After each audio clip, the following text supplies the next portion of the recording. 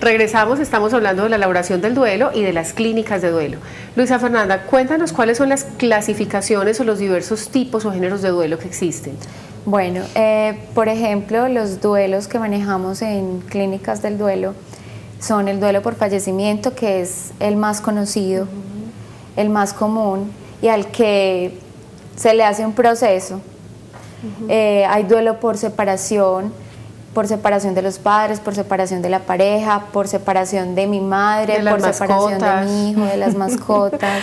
Sí, a Marcela le puede interesar. Por pérdida laboral, por pérdida económica, cuando hay catástrofes, por pérdida de la libertad, por pérdida de valores, por ejemplo en el caso de las violaciones, por pérdida de la salud, por pérdida de alguna parte del cuerpo. Es decir, que nosotros estamos en duelo permanente y yo pensaría que sí, porque en todos los procesos de desarrollo evolutivo uno tiene que dejar algo y hacer un cambio psicológico para adaptarse a la nueva vida sin eso que ya no existe. Es decir, desde que nosotros salimos del vientre materno estamos dejando algo, estamos renunciando a algo y estamos adaptándonos a esa nueva condición. Liz Oreli, ¿cuáles serían las condiciones psicológicas con las cuales llega una persona, cualquiera que sea el tipo de duelo con el que la gente llegue a tu consulta o la consulta de ustedes en las clínicas del duelo? Mari también nos puede compartir cómo llegan las personas, en qué estado llegan las personas, cuáles son las etapas. Bueno, ahí empezamos a mirar y es cómo se llega. Inicialmente hay una angustia frente a algo que ha pasado y es donde yo accedo a ir a un proceso, en este caso psicológico, para mirar qué hago frente a una situación que siento que no la puedo manejar. Pero lo que tú dices es muy lindo, es porque no solamente estas personas son las que están viviendo un duelo. Hay otras personas que no acceden por diferentes motivos o sienten que no tienen ningún proceso de duelo y son las que nos encontramos que sí, que continúan en ello. Entonces ahí es donde tú dices, yo voy pasando un año, un día, y ya voy dejando un día atrás y voy dejando una vivencia atrás. Y a veces nos quedamos anclados a esas vivencias pasadas, a esas personas pasadas, a esos recuerdos pasados y no me permiten evolucionar. Y desde ahí estoy anclada a no poder realizar un proceso adecuado de un duelo. Entonces ahí es donde empezamos a mirar. Claro, frente a esa pregunta que me parece pues muy interesante, cómo llegan esos pacientes con todo lo que tú has dicho, yo quisiera complementar que son personas que llegan en unos estados de ansiedad muy altos, el estrés, inclusive dentro de nuestro modelo tenemos la intervención física porque estas personas han somatizado ya en diferentes enfermedades este estado de pérdida, ¿cierto? Entonces, eso era importante, por ejemplo, para clínicas del duelo entenderlo, porque cuando llegan a ser intervenidos por nosotros, no nos vamos a dedicar únicamente al cuidado de su mente, de su personalidad, de sus emociones, sino que vamos a trabajar también ese aspecto físico, entendiendo que no muchas veces las personas están preparadas para aceptar que están en una pérdida, porque lo primero que puedo yo encontrar en las personas es que quieren que les entreguemos esa pérdida y nosotros nunca lo vamos a hacer. Nosotros lo que vamos a recuperar es ese deseo de vivir, ese sueño, vamos a reconstruir sus proyectos de vida, vamos a darles ganas de seguir viviendo con otras valoraciones igualmente, ¿cierto? Entonces me parece una pregunta interesante, Marcela. Maribel y Luisa, pues y todas las panelistas, cuando las personas llegan a las clínicas del duelo y llegan a los diferentes consultorios pues a trabajar un tema de duelo, me pregunto si también consulta a la familia, porque a veces yo estoy en duelo pero no me doy cuenta. Esa es una fase inconsciente del duelo, es correcto, donde la gente está en negación y la negación puede durar desde 3 días hasta 1 año, 6 meses. Entonces mi mamá o mi esposo o la persona que tengo al lado me dice, mira, tú necesitas ayuda. Así es. Entonces primero va la persona a las clínicas del duelo, de manera que por eso entiendo que ustedes tienen esa intervención interdisciplinaria, porque también un duelo afecta a toda la familia, es ¿cierto? Correcto.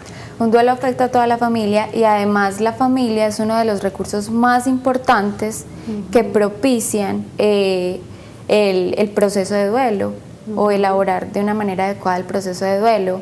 Es muy importante que la familia se eduque acerca del duelo, porque lo que nos encontramos normalmente es que las personas saben que es un duelo cuando se muere un ser querido, pero nada más.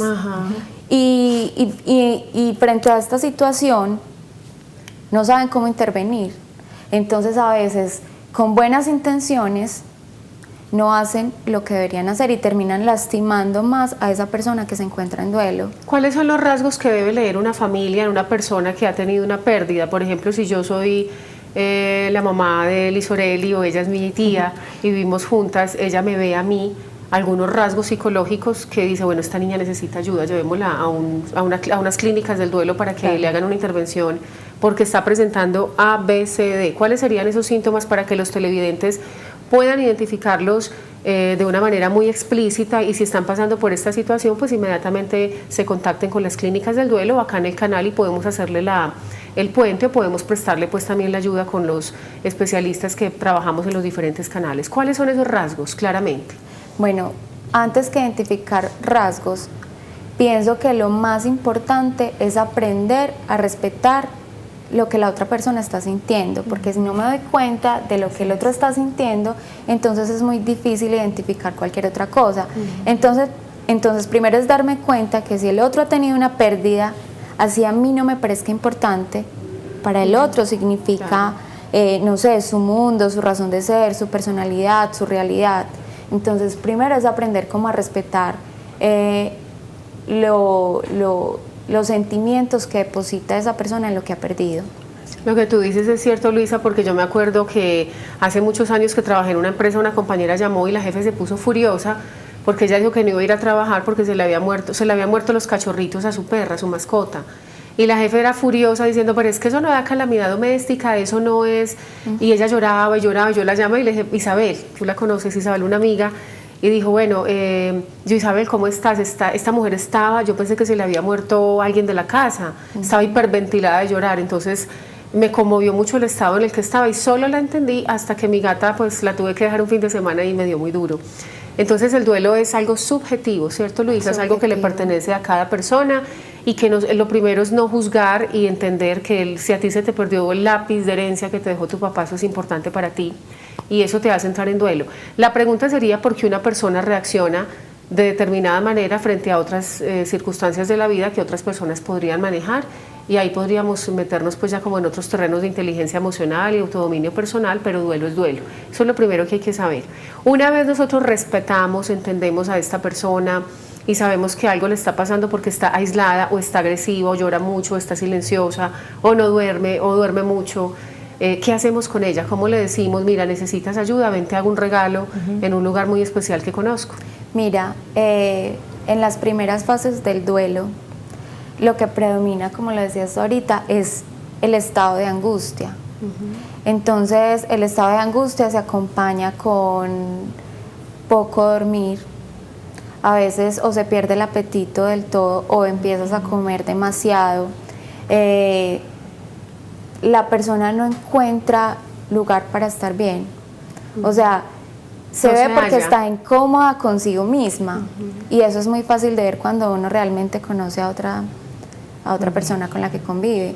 Esos serían los primeros síntomas. Digamos que el llanto, la tristeza o el dormir mucho hacen parte de la tercera fase del duelo, de un duelo más avanzado. Pero en los primeros momentos es como la angustia y la ansiedad. ¿Esos síntomas son similares en las personas que tienen duelos de diferentes categorizaciones? Es decir, yo puedo comer mucho porque me echaron del trabajo. Hablemos de esos síntomas, ¿son similares para cualquier tipo de duelo de los que ustedes clasificaban ahora? Marcela, y también hay otra fase que es la negación, y es donde, a ver, cuando hay un proceso de un duelo, de una pérdida, hay un cambio frente a mis emociones, frente a mi forma de comportarme, frente a mi cuerpo. Entonces, desde ahí empezamos a evidenciar, está pasando algo. Y lo que dice muy claro la doctora Luisa es respetar esa emoción, ese sentimiento frente a ello. Pero también nos encontramos algo y es que niego todo evento que haya pasado.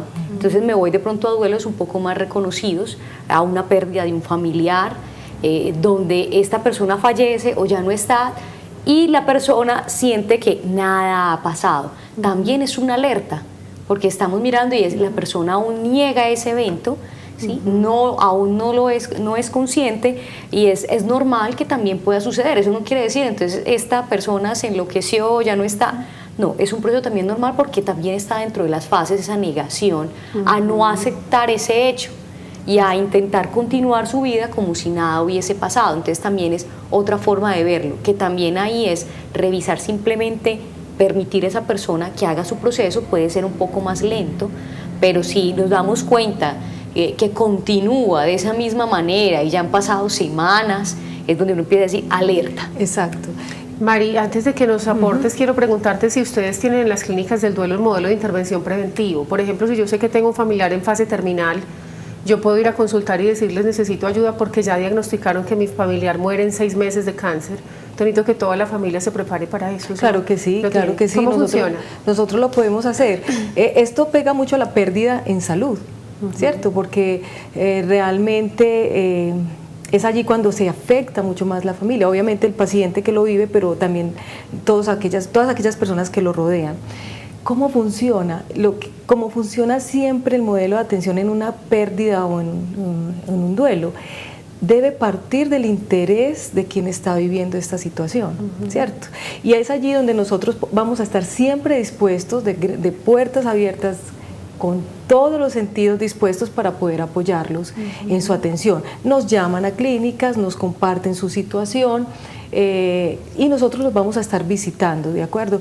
A partir de ese primer contacto, de lo que logramos escuchar, de lo que logramos entender de esa situación, pues obviamente vamos a retomar el modelo multidimensional que estamos ofreciendo, que cuida todos tus cuerpos, con todos estos especialistas que se han preparado para hacerlo, y vamos a hacer el acompañamiento. Pero parte mucho de la intención y del deseo de esa persona que está viviendo la pérdida o de ese grupo familiar.